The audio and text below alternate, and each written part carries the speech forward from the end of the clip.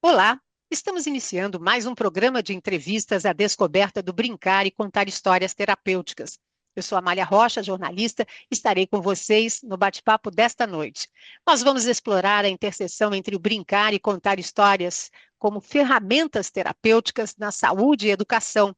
Nos aprofundar em fundamentos teóricos que sustentam essas práticas, examinando suas influências no desenvolvimento cognitivo, emocional e social das crianças.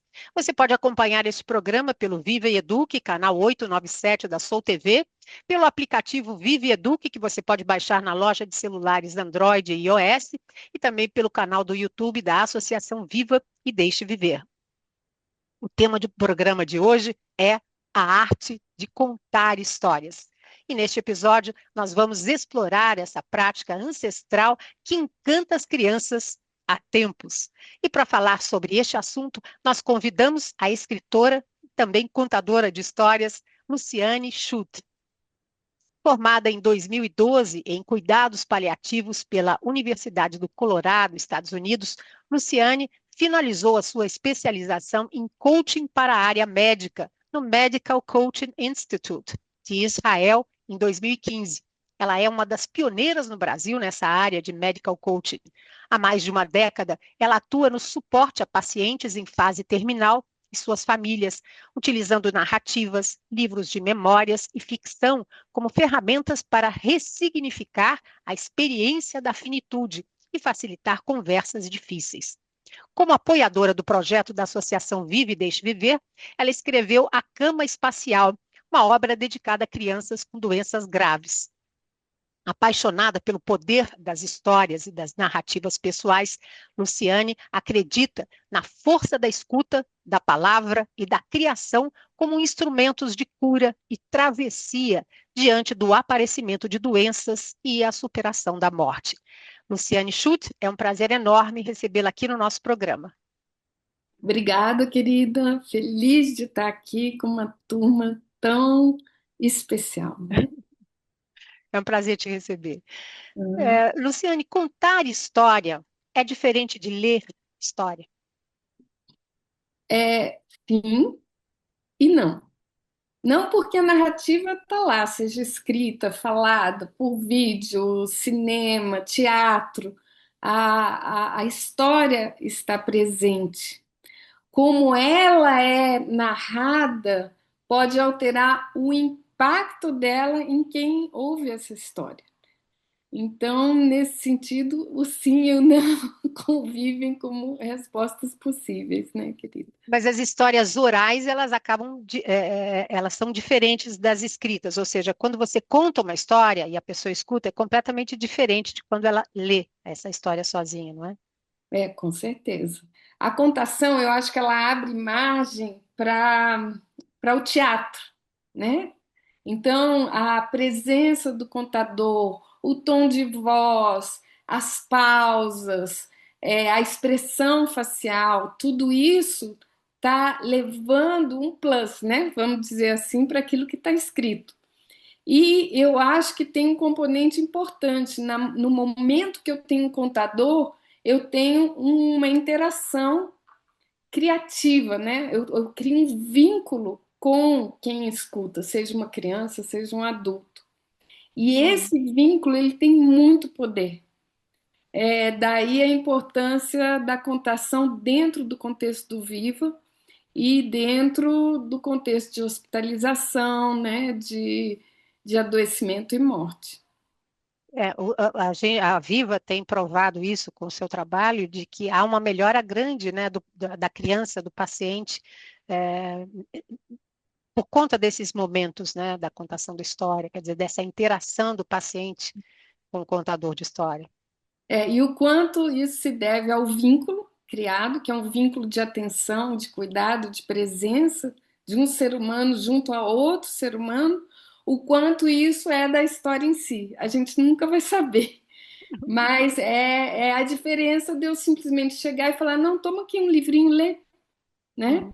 Bem Então diferente. eu perco essa dinâmica do vínculo. E ela é altamente enriquecedora, né? Por si. Então, você falou aí da voz, da entonação, do ritmo, da expressão corporal. é, Tudo isso pode acabar transformando essa experiência de contar uma história num momento mágico, não é? Ah, com certeza, querida. E E quais as transforma, né? transforma? E quais são as técnicas essenciais para contar uma história de forma cativante, envolver as crianças e mantê-las atentas à narrativa? Amália, a gente tem um contexto muito específico dentro do Vivo, e eu que trabalho como doula de fim de vida com adultos, idosos também.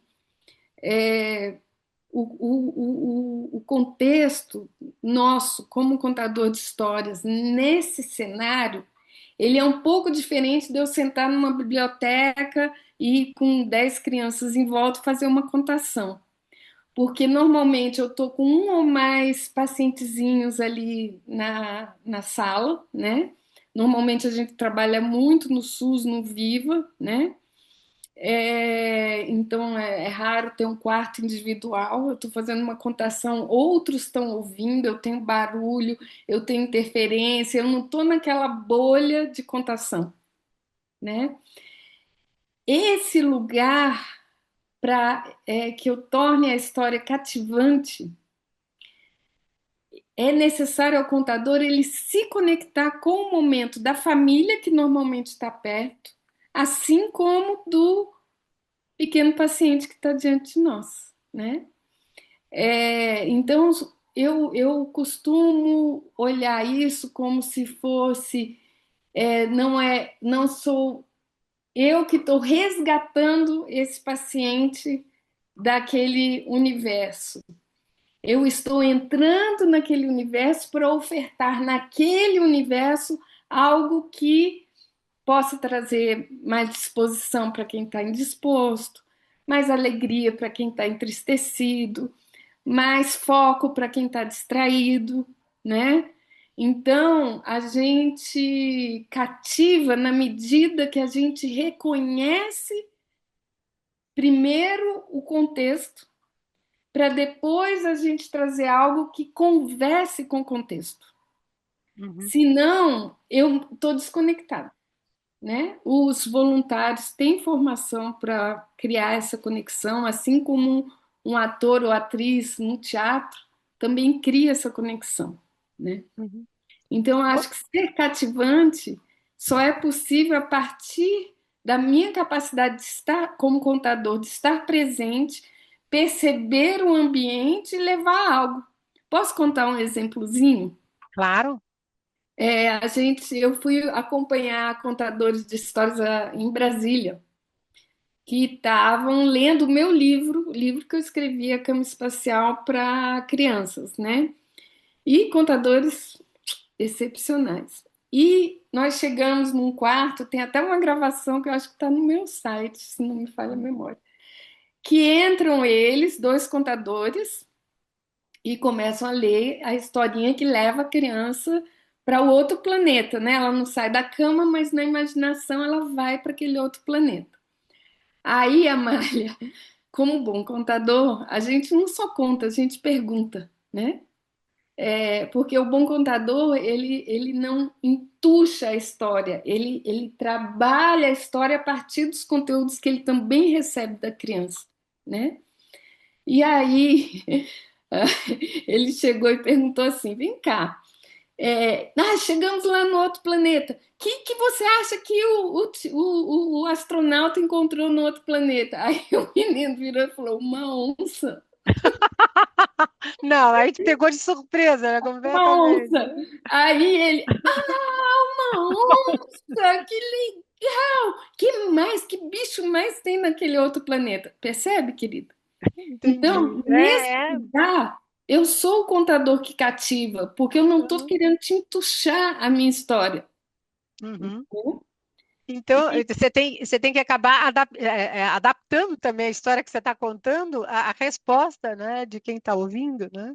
Exatamente. Isso é interação legal que É. acontece. Então, assim, a gente, como contador em hospital, a gente tem o livro. O livro está Uhum, lá. Mas eu tenho uma realidade que eu estou encontrando ali. Eu não posso uhum, simplesmente.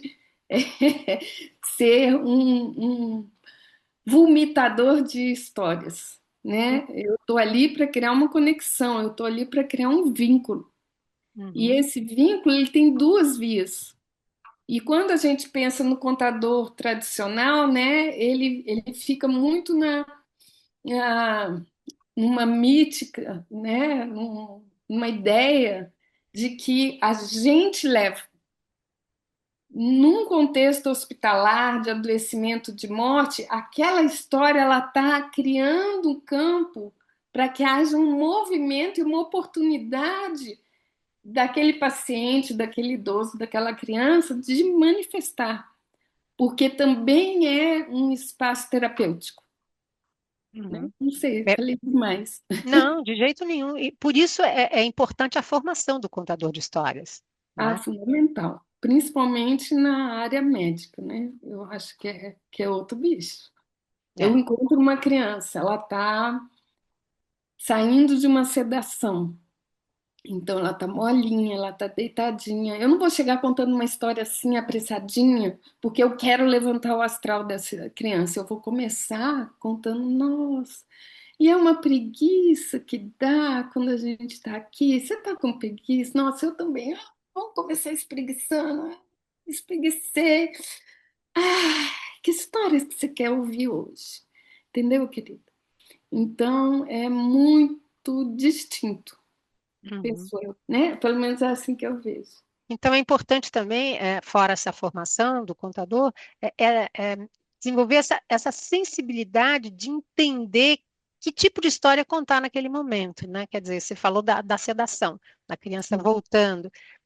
Quer dizer, tem criança também que na hora que você vai, chega para contar a história, ela nem quer ouvir. Então, você tem que também acabar tendo a sensibilidade de fazer com que ela queira ouvir, porque aquilo vai fazer bem para ela.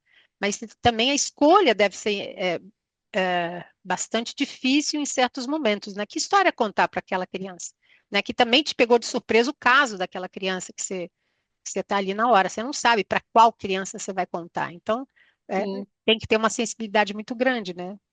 Agora, eu posso te trazer um outro elemento que Claro. a gente, como contador, enfrenta em hospital, né? Mesmo eu, que lido muito com idosos, né? O contexto em volta é tão ou mais importante que o contexto do receptor da história, né? Então, por exemplo, se eu entro num quarto e os pais estão nitidamente abalados, né? A criança está lá deitadinha, quietinha. Eu preciso incluir a presença deles na contação, né? Eles não estão ao largo daquilo. E às vezes eles precisam ouvir mais aquela história do que a criança que está ou não em condição de ouvi-la naquele momento, né? Então, nesse sentido, a atenção para o ambiente que a gente está recebendo entre pais, enfermeiros e a criança é, nos convida a ter esse jogo de cintura, sabe? Ao jogo de cintura de abrir espaço aonde o espaço está chamando, né? Uhum, E então por isso que não dá para ensinar contação de histórias em hospitais como uma fórmula, porque a prática vai levando a essa disponibilidade de acessar esse ambiente e conversar dentro do contexto que você está encontrando, né? Você pode observar os contadores mais antigos, eles têm mais jogo de cintura, né? até pela própria experiência, né? Até pela própria experiência, não é uma tarefa. Eu não estou aqui para uma tarefa, eu estou aqui para uma experiência. E ela é uma experiência para eles tanto quanto é para mim, né? Eu não sou Uhum. grande levando algo. Eu sou outro ser humano que está ali sendo tocado por aquilo e tocando aquilo com o que é possível para mim, né? Uhum. Não sei se fez sentido para você. Não, claro que fez. Você falou aí da presença dos pais, quer dizer que dependendo do estado da criança, os pais estão transtornados, estão. Então, Uhum. assim, O contador de história, na verdade, ele também acaba contando histórias para esse entorno, né, para quem está perto, e melhorando não só, ou tentando melhorar a situação do paciente, como também dos pais que estão presentes, porque o Uhum. ambiente hospitalar já é hostil, de certa forma, né, para a criança. Então, é, ainda ter que lidar com essa questão dos pais ou de quem está perto, né, das pessoas que estão cuidando, deve ser bem delicado mesmo essa questão, né? É. E Como ao mesmo fazer? tempo riquíssima, né? Posso trazer outro exemplo? Eu gosto de. Claro, claro, eu gosto Eu desses sou exemplos. entrevista contadora de causa. É ótimo, você é ótima contadora. Nesse mesmo dia que a gente foi no hospital, que eu estava gravando as interações dos contadores, né, com a leitura do meu livro, aí Uhum, a gente foi para um outro lugar, né, onde tinha uma menina que já estava melhorzinha, não estava deitada, já estava conseguindo sentar. Mas aqui de rabo de olho a gente vê, né? De rabo de olho eu via o tanto, é, a inquietude da mãe que estava com ela, né? E esse livrinho, A Cama Espacial, ele parte do seguinte pressuposto: ele foi um livro encomendado, porque a encomenda era as crianças que perdem o interesse em saber, têm menos desenvolvimento da melhora do que crianças que seguem curiosas, querendo continuar a estudar e interessadas. E quando eu fui escrever o livro, eu fiz um bocado de pesquisa. E uma coisa que acontece na criança que está realmente bem adoecidinha é um paradoxo, né? Que é eu olho nos livros, eu olho nos desenhos e tem sempre um herói, né? E esse lugar que eu tô é o anti-herói, onde eu não tenho forças, eu não tenho controle sobre o que está acontecendo e eu só estou sofrendo. Então, a cama espacial foi construída na ideia de que aquele garotinho, o Tito, daquela cama, ele queria saber como se tornar um herói. E aí, o livro começa sugerindo, né, falando assim que colocando o lençol em volta do pescoço, né, virava uma capa de herói. E os contadores que eu acompanhei sabiamente seguiram o que o livro estava sugerindo e colocaram o lençol em torno da menininha. Se você. Eu tenho a gravação, mas a gente não podia mostrar a criança, né? uhum. A, a transfiguração facial do semblante dessa menininha, que ela levantou assim, eu estou com a capa do herói, né? E eu olhei a mãe vendo a filha erguendo o corpinho, né? Orgulhosa de estar com aquela capa do herói. Então, são pequenos gestos que acontecem num processo desse que, como eu te falo, ele não toca só a criança, ele toca ao acompanhante, ele toca nós que estamos contando, ele toca a mim que sou escritora e estou vendo o efeito de ter um lençol em volta do pescoço, né? Porque aí te trazendo, Amália, uma coisa que para mim é muito preciosa, não precisa ser muito, é simples. Olha, Não precisa ser muito, é simples. O que a gente pode deixar com tão pouco, como um lençol amarrado em volta do pescoço, né? deixar fluir, fazer com que flua a imaginação da criança, né? E ela acabe se sentindo mais fortalecida, né? Quer dizer, se falou tão bem desse papel do anti-herói, né? De realmente estar num momento muito diferente para a criança, né? Ela está se sentindo completamente fraca, né? Sem força, e de repente você falou, não precisa muito. Muito Talvez bonito isso que você seja falou. só da cama espacial, né? O que Uhum. é a cama espacial? Eu ter fé, né? A gente conversou isso antes da nossa entrevista. Mesmo o ser mais fragilizado, ele pode ter dignidade. E esse é o fundamento de tudo isso que eu estou trazendo aqui hoje. Quer dizer, eu tenho a vulnerabilidade em função da doença ou da travessia de um processo de morte. Mas nem por isso eu projeto em quem está recebendo a minha leitura, em quem está recebendo a minha presença, né? Como aquele ser como frágil. Porque a fragilidade vem quando a gente toma o poder da imaginação, da criação, das escolhas que existem. Até quando eu estou com ela, eu posso dizer sim ou não com o dedinho, ou com piscada de olho. Entendeu, querido?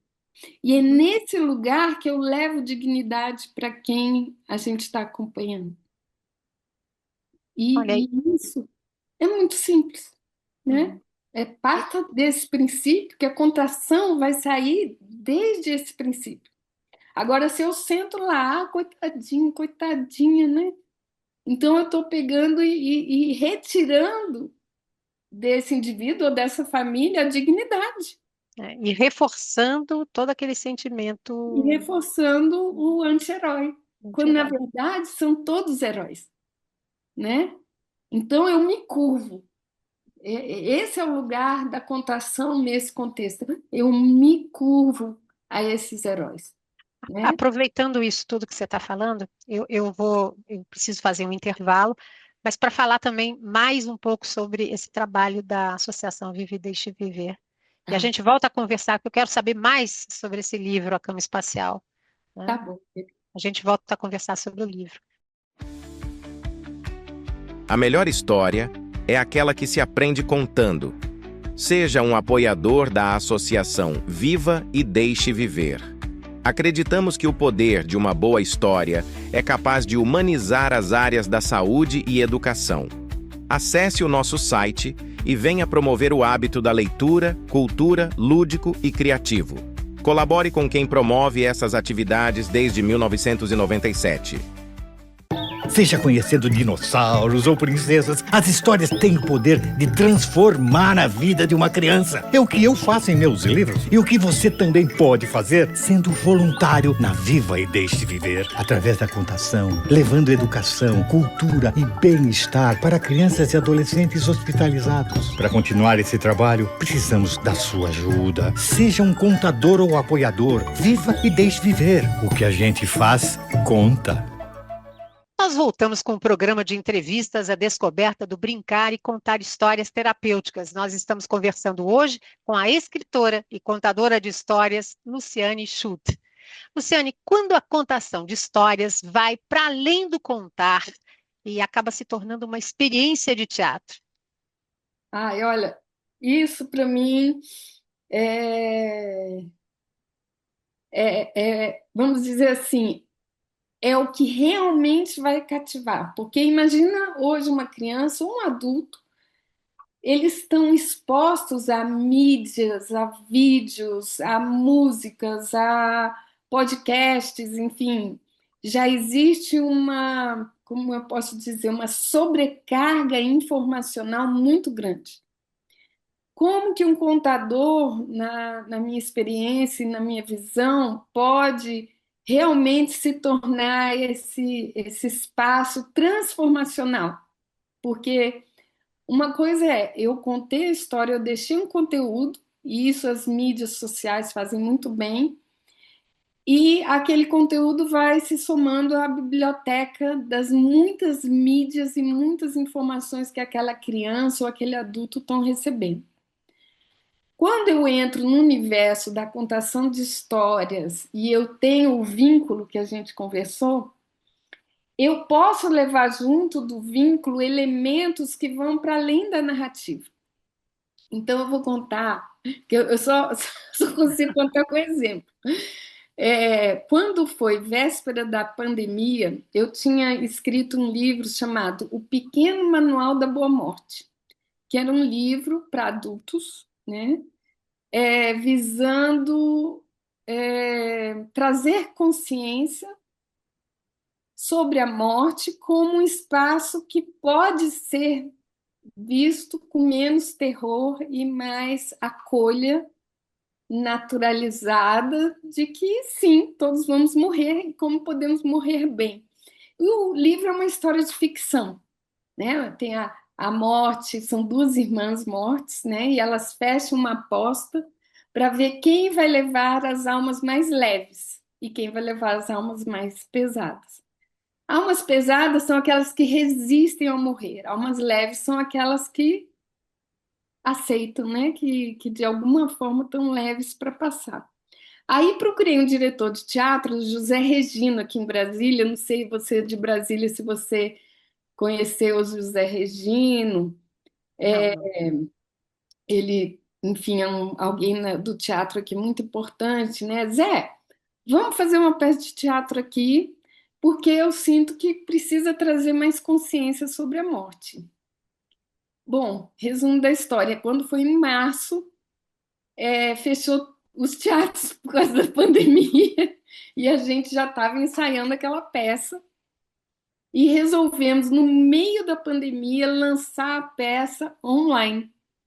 Então, quem quiser ver, gente, chama A Única Certeza. Foi gravada com Zoom, né, contra essa parede que está aqui atrás de mim, Uhum. dentro de casa, a peça A Única Certeza. Quando eu fui dirigida pelo Zé, eu não tinha formação como atriz. Eu tinha tido experiência como na dança, no canto, mas a atuar era uma novidade. E o que essa experiência me ensinou? Que contar uma história não é uma experiência verbal, ela é uma experiência total. Então, a contação, se eu estou contando uma história sobre a água e a água está fluindo, não sei se é só o podcast que vai, mas eu estou aqui balançando a minha mão e Uhum. contando essa história porque ela se passa num lugar cheio de água. As minhas mãos estão trazendo a água e eu às vezes nem preciso falar dela. Então eu lembro, por exemplo, o Zé, numa das últimas vezes que eu fui fazer a encenação para ele, antes da gravação, a peça era A Única Certeza sobre a morte, né? E eu, preocupada em 1 hora de texto decorado. Eu, atriz iniciante, né? Minha preocupação era não errar as linhas. E eu falava então, tapatá, patapá, tapatá, patapá, tapatá. Aí ele chegou, parou, falou: vamos parar? Eu não estou sentindo a morte. Aí, eu, como assim, basicamente, você não está sentindo a morte aqui? Se eu estou aqui, e morte nisso, aqui. Aí ele virou para mim e fez uma pergunta: aonde habita a morte, Luciano? No silêncio. E aí, querida, eu mudei totalmente a minha narrativa, porque eu incluí o silêncio. E a peça mudou totalmente o impacto que ela estava tendo. Então, quando a gente leva de forma teatral a contação, eu tô lá com o meu corpo, eu tô com a minha voz, eu tô com a minha respiração e eu tô com os meus silêncios. Porque esses silêncios são poderosíssimos. E esses gestos, às vezes, nem precisam da minha palavra. E esse olhar também pode dizer tudo. É por isso que eu cada vez mais acredito que há sim espaço para uma contação criativa, é, terapêutica, em contraposição a, a, às milhares de histórias, né, e narrativas que a gente já encontra nas redes sociais. Porque nesse lugar daqui, eu posso criar vínculos e criar uma experiência que eu não vou conseguir simplesmente na palavra escrita ou na mídia tradicional, né? Então é isso, por isso que eu trago esse tema, né? Em que medida a gente realmente, como contadores, precisamos aprender a ser atores e atrizes e levar nosso corpo na contação, assim como o nosso silêncio, o nosso olhar, a nossa voz, o nosso canto, né? A gente canta pouco contando. Enfim, é isso. Falei muito. Não, falou muito bem. Eu queria saber de você, em que momento você percebeu que contar histórias podia ser um gesto de cuidado e não apenas entretenimento? Sim. Na verdade, eu devo agradecer ao vivo, porque eu já estava querendo colaborar com um processo da Unesco, na época, Unicef, de levar valores e atitudes no processo educativo, né? E então existia a Associação Brahma Kumaris aqui em Brasília, e o pessoal do Brahma, né, sabendo dos interesses que eu tinha na época, falou assim: puxa, vamos, eu vou te apresentar o Valdir Simino, porque há um interesse de, de criar no material que o Viva leva também um conteúdo educacional, né? E eu devo dizer que o escrever com a intenção educacional, sem se perder do entretenimento que ele pode ser, né, é um senhor desafio. E eu não digo que eu alcancei um resultado 100%, Amália. Eu continuo hoje, né, 20 anos depois desse livro, eu fico me perguntando o quanto a gente que quer fazer da contação também um espaço terapêutico ou de aprendizado, a gente deveria se desapegar um pouco do nossa intuição, da nossa intenção, perdão, e aprender a receber, a ter o receptor como co-criador do que a gente está trazendo. Porque as pessoas hoje, sejam crianças ou adultos, precisam ser escutados. Então, eu estou trazendo uma coisa muito doida para a sua pergunta, né? Que é a contação que transcende um espaço puramente de narrativas para somar a esse entretenimento e as intenções de terapêuticas ou de ensino que aquilo leve também ensinam a oportunidade de escutar quem recebe a narrativa. Então, hoje, se você falasse para mim, bom, escreve um livro para criança nesse contexto, ele ia ser muito diferente, porque é uma oportunidade riquíssima da gente escutar a criança, da gente permitir a criança co-criar conosco, dela se sentir ouvida, dela se sentir vista, dela se sentir parte de uma narrativa que sim pode ser terapêutica, sim pode ser educativa, mas que não precisa ter ela só como um receptáculo vazio, porque ela não é vazia. E ela está só naquela condição anti-heróica que ela está vivendo, né? Mas o seu livro, que você escreveu há 20 anos, né, A Cama Espacial, mas ele Eu continua um não sucesso. lembro quanto, mas é por aí. Mais Já ou menos 20 anos, né? E é uma obra. Como é bem que antigo. surgiu essa ideia de transformar uma cama hospitalar em uma nave espacial? Como é que foi isso? Ah, tá.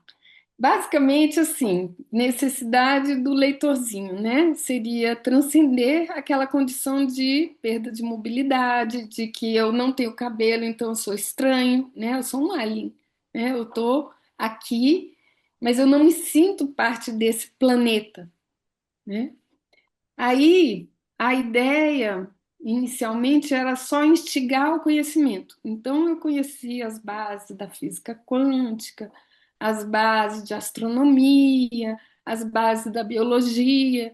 Eu falei assim: bom, então, e se esse viajantezinho tivesse a cama iria com ele, né? Porque ele está naquela condição que seria pedir demais para ele, não, tudo vai dar certo. Nem sempre É. tudo vai dar certo, né?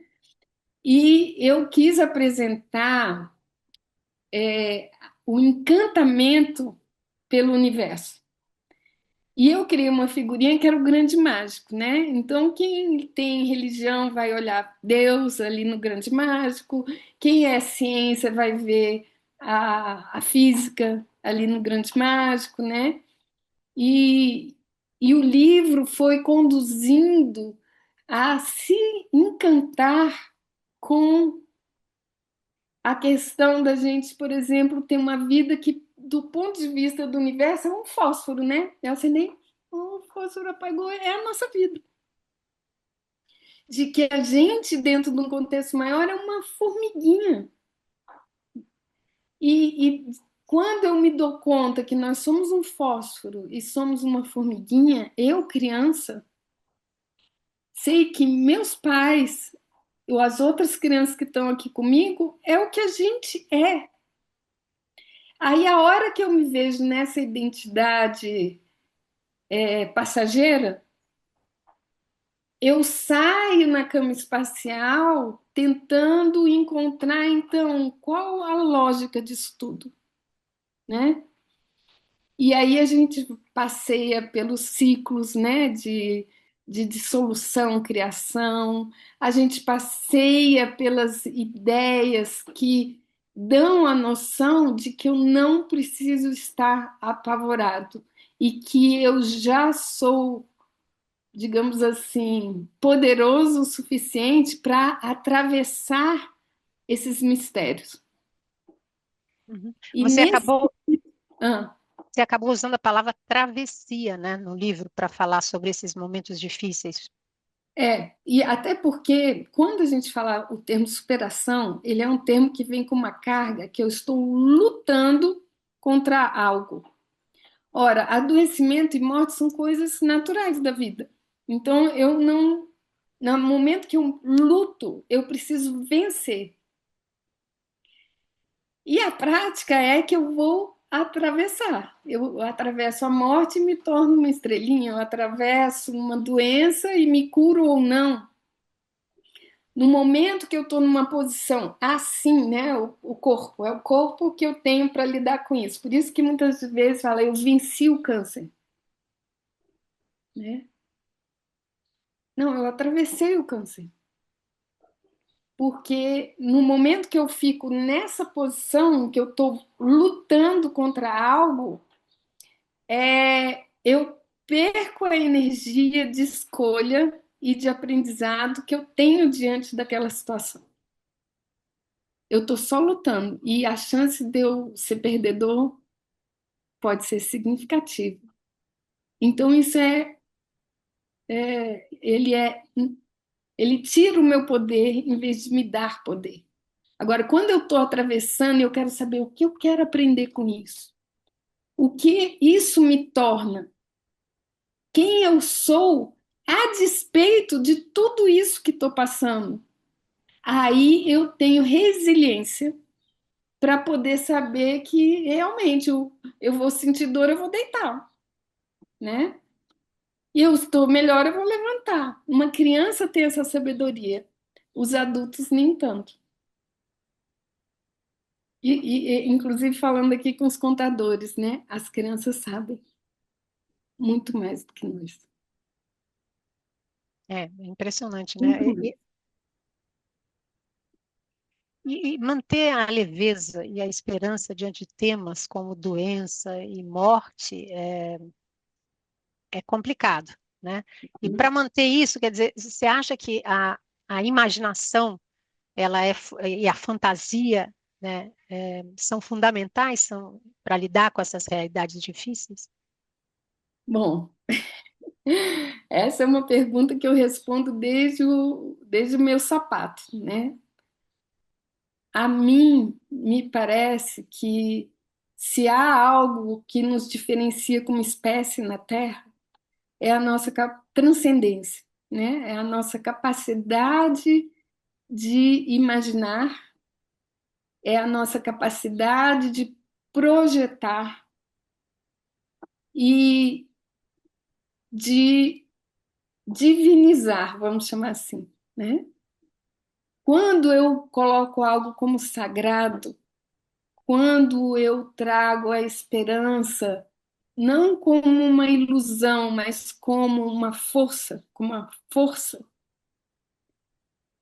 eu vou estar em paz com o processo de adoecimento e morte. Quando eu estou lutando com o processo de adoecimento e morte, não há como eu ter paz nem esperança. E não há força maior de resiliência, que é tudo que a gente espera de um paciente, seja ele uma criança ou um idoso, se eu não tenho paz e esperança. Entendeu, querida? Se eu estou lutando. E eu acho que o nosso papel, o meu como doula de fim de vida, né, paliativista, a conselheira em cuidados paliativos e escritora da área, o meu presente é só a minha presença. Porque esse processo que cada um deles vai viver é totalmente particular e único. A única coisa, eu acho, que a gente pode interferir é ajudar esses seres, sejam adultos ou crianças, a lembrar da essência deles. Porque a essência atravessa. O corpo morre, a essência atravessa. E essa essência, ela tudo pode, ela vai se curvar nas horas difíceis, ela vai se erguer nas horas fáceis, mas ela flui pelo processo. Faz sentido, Amália? Claro que faz. Bom, querida. Bom, eu te peço licença mais uma vez para fazer um intervalo, uma pausa nessa Uhum. nossa conversa, e queria falar mais um pouquinho sobre a Associação Vive e Deixe Viver. A Viva é uma organização que, desde 1997, desenvolve o seu trabalho em 4 frentes: voluntariado, saúde, educação e cultura. E todas as frentes são promovidas a partir da ferramenta milenar de contar histórias. E a Viva oferece diversos cursos em formação lúdica e forma voluntários para atuação como contadores de histórias em hospitais. Acesse o site pelo QR Code que aparece aqui e conheça mais sobre essa prestigiada associação. Nós vamos para mais um intervalo e voltamos já já.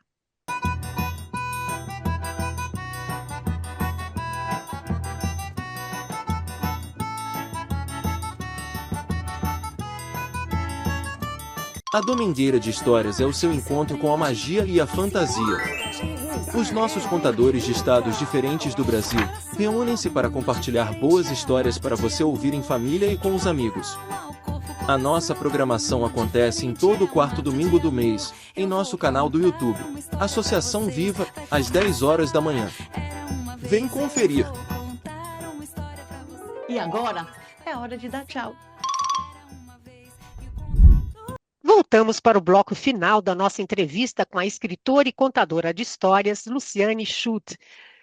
Luciane, eu queria que você explicasse a diferença entre contar histórias para crianças e contar histórias para adultos. Você que trabalha aí com idosos também. Ótimo. Bom, eu vejo que no final do dia nós somos os mesmos que ficavam em volta daquelas fogueiras, né, onde não existia televisão nem rádio, contando histórias. Então, seja para um adulto ou para uma criança, a história é criadora de vínculos sociais, ela é criadora de valores compartilhados, de vínculo, né? Como a gente conversou no início do programa. Agora, há algo, né, que eu gosto de trazer, que é a importância da gente, para adultos, ajudar a construção de uma nova narrativa desses adultos sobre a sua própria história, né? Então, eu, como doula de fim de vida, parte do meu trabalho é ajudar esses idosos ou pacientes graves ou terminais que eu acompanho a criar essa nova narrativa. Porque o que eu tenho presenciado é o seguinte: o adulto, ele como é que eu posso dizer? Ele trafega num triângulo dramático, né? Ou eu sou vítima, ou eu sou vilão, ou eu sou herói. E as situações e as idades fazem a gente, vamos dizer assim, ir mudando de lugar no triângulo. Quando, na verdade, a grande história que a gente tem para contar da nossa própria vida é aquela onde eu transcendo o triângulo, né? Eu olho os lugares onde eu sou vítima sem me vitimizar. Eu olho os lugares em que eu fui vilão, ou para alguém mesmo querendo ou não ter sido vilão, eu olho os lugares em que eu me sinto herói, e quando eu integro esse triângulo dramático na minha narrativa, eu sou capaz de te abstrair de como eu conto a minha vida como um espaço de aprendizado e de crescimento pessoal, um espaço terapêutico. Então, uma criança ela tem uma vida curtinha, né? Então tem aquele livro A Culpa é das Estrelas, que fala de dois jovens, né, pacientes terminais de câncer, e de como eles encaram uma vida que não teria uma longa história para contar. E ainda assim, eles tomaram aprendizados e se terapeutizaram no processo de entender o que a gente deixa. Aí eu não vou contar mais, senão dá spoiler. Leiam o livro. Quando eu estou com um adulto de mais idade, essa narrativa pessoal, ela pode ser altamente sanadora ou altamente adoecedora. Então eu encontro famílias, né? Como por exemplo, eu fui convidada recentemente para fazer esse trabalho de dolagem com um idoso que havia perdido a esposa, e a narrativa familiar é: não conseguimos seguir sem ela, né? E não era só a narrativa dele, mas de todo um contexto sistêmico. Quando a gente vai construir, ajudar a construir essa nova narrativa, acontecem coisas incríveis. Então, esse final de semana eu recebi o livro impresso dessa família com um agradecimento de como isso foi transformador para eles, né? Então, o mérito está em mim, que escrevi o livro, ou o mérito está neles que conseguiram ver nessa nova narrativa uma narrativa que fazia sentido e que de alguma forma trazia mais leveza. Então, em resumo, a diferença é que não só a história que eu conto, mas a história que quem recebe a narrativa conta de sua própria vida passa a ter um peso completamente diferente e transformador e poderosíssimo. Poderosíssimo. Eu acho que todos nós precisávamos ter um agente bibliográfico a partir dos 30 para a gente conseguir realmente manter a narrativa da nossa própria história como uma narrativa que empodera, que ressignifica, que transforma as nossas relações, né? E que história contar uma pessoa idosa que perdeu seu companheiro da vida toda ou companheira? Eu penso assim, eu posso contar uma história de terceiros para esse idoso, E não necessariamente esse idoso ou essa idosa vai se identificar com esse processo, porque cada um vive um processo muito pessoal. É por isso que a gente, enquanto doula de fim de vida, né, ou a conselheira em cuidados paliativos, busca captar narrativas que permitam a essa pessoa ressignificar a identidade, porque ela passou, às vezes, muitos anos, né, convivendo, ou seja, com filho, ou um companheiro, companheira, onde se criou uma identidade sistêmica, nós somos assim. E ao perder esse vínculo, né, ao perder, na verdade, o vínculo não se perde, né, o vínculo permanece, mas ao perder essa presença, a pergunta que fica é quem sou? E se eu sou capaz, através de uma nova narrativa, honrar quem fomos e ressignificar quem sou, e a partir de quem sou, como eu sigo, aí essa narrativa ela passa a ter um poder assim extremamente poderoso.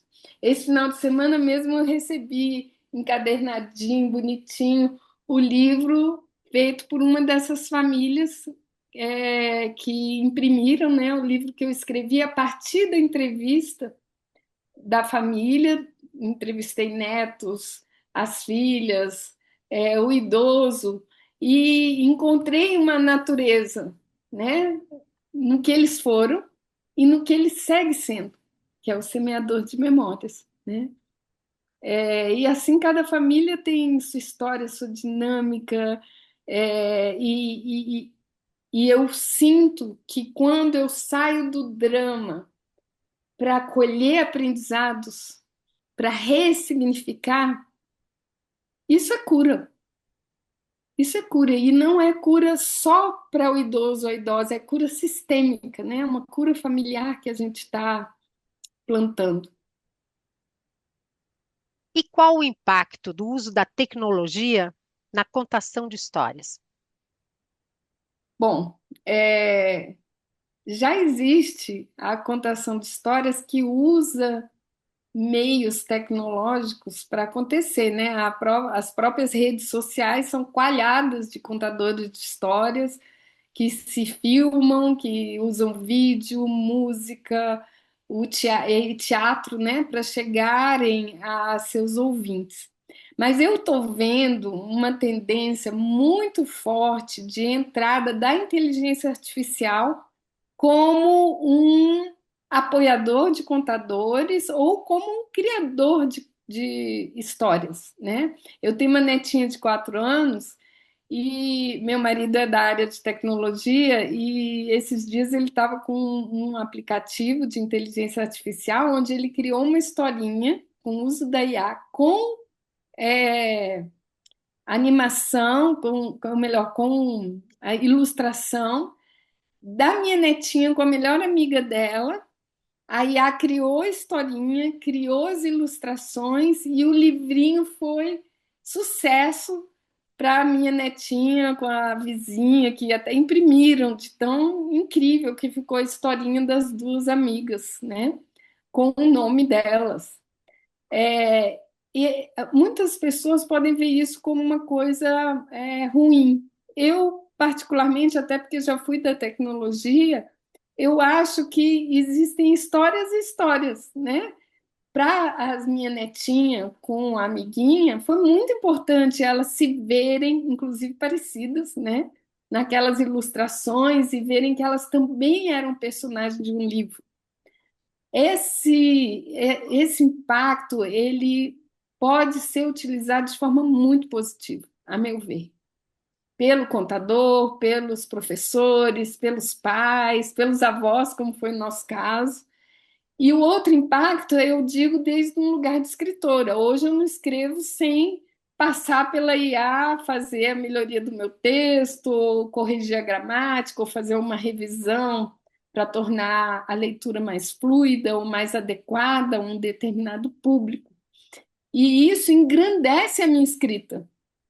E antes, para eu conseguir isso, 20 anos atrás, desde a idade que eu já produzo esses livros, era um negócio muito caro, difícil de conseguir esses revisores, era um leve trás de texto que não tinha fim e tornava o processo da escrita muito desgastante. Então, hoje, a minha produção literária é muito maior, com uma qualidade que eu reputo muito maior também.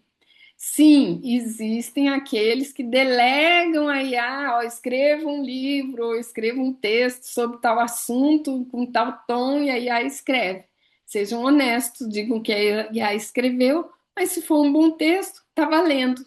Contanto que não haja, como é que eu posso dizer? Plágio, né? Contanto que não Plágio. haja plágio, porque a IA ela se abastece de informações que estão na internet por aí, né? Então, Pois é. muitas Então, vezes, assim, a pessoa que encomenda o livro dessa forma, escreve por mim, ela pode plagiar um pode outro, né? Quer dizer, plagiar. Então, aí eu chamo a atenção que, com consciência, uhum, pode-se fazer um bom e poderoso uso da inteligência artificial hoje a favor da contação de histórias, né? uhum.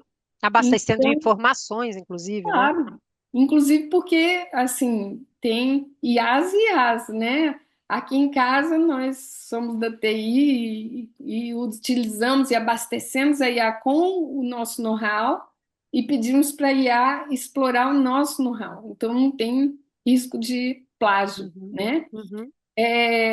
Mas aí vai da consciência de cada um. É que nem avião, né? Pode ser usado para transportar pessoas, como pode ser usado para jogar uma bomba. A tecnologia está lá. O teu uso vai da tua consciência, né? Com Então eu certeza. chamo os contadores a se aparcerarem com a IA, porque ela pode ser um grande agente coadjuvante do nosso trabalho, né? Na Para construção de narrativas. terminar essa nossa conversa, eu queria que você terminasse falando, se você acredita que a literatura pode mesmo ser um espaço de reencontro com a vida, mesmo diante da perda. Ai, nossa, eu fico até emocionada quando eu ouço essa pergunta. Bom, eu sou testemunha no trabalho que eu faço que sim, ela pode ser um caminho, contanto que seja feito por pessoas que não têm a intenção de salvar, né? O contador não está lá para salvar a pessoa da dor, do sofrimento ou da morte.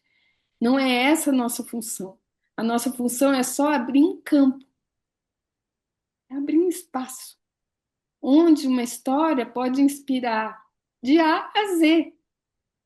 E o que eu vejo quando há despreparo é na contação, vamos dizer assim, mais madura, eu não desejo induzir algo, eu desejo criar um campo.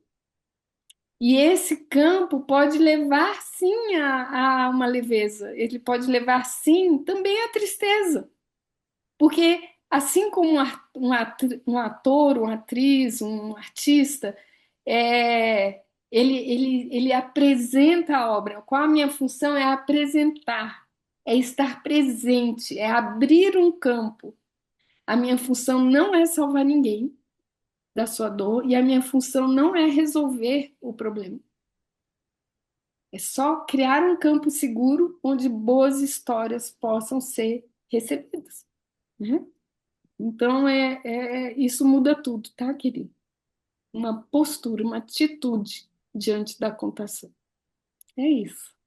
Tá certo.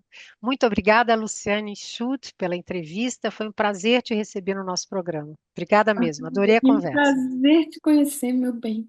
Vamos nos encontrar aí presencialmente. Indo a E Brasília, eu te procuro, então, pode deixar. Viva, Valdir, que vocês sigam com muito sucesso nesse caminho lindo que é a contação. Muito obrigada, Luciane Schutt, pela entrevista. A nossa conversa foi uma delícia. Obrigada mesmo. Gratidão, olha, só me acresceu e eu espero ter inspirado, né, essas pessoas lindas que acompanham esse trabalho maravilhoso do Valdir e do Viva a seguirem nessa missão, porque contar é uma missão, né, de transformação, de motivação, de vida. É isso aí. É isso aí. Muito obrigada. Obrigada, gente. E nós fechamos o programa de hoje com a indicação dos seguintes livros. Anote: Os Três Lobinhos e o Porco Mau, de Eugênie Trivisas e Gilda de Aquino. Rápido como um Gafanhoto, de Audrey Wood. E O Grande Rabanete, de Tatiana Belinque. Os nossos agradecimentos a você que nos acompanhou até aqui e um agradecimento especial ao Instituto Helena Floresbal, patrocinador do 18º Workshop A Descoberta do Brincar e Contar Histórias Terapêuticas, do qual essa entrevista faz parte, com realização da Associação Viva e Deixe Viver. Uma boa noite para você e muito obrigada pela atenção.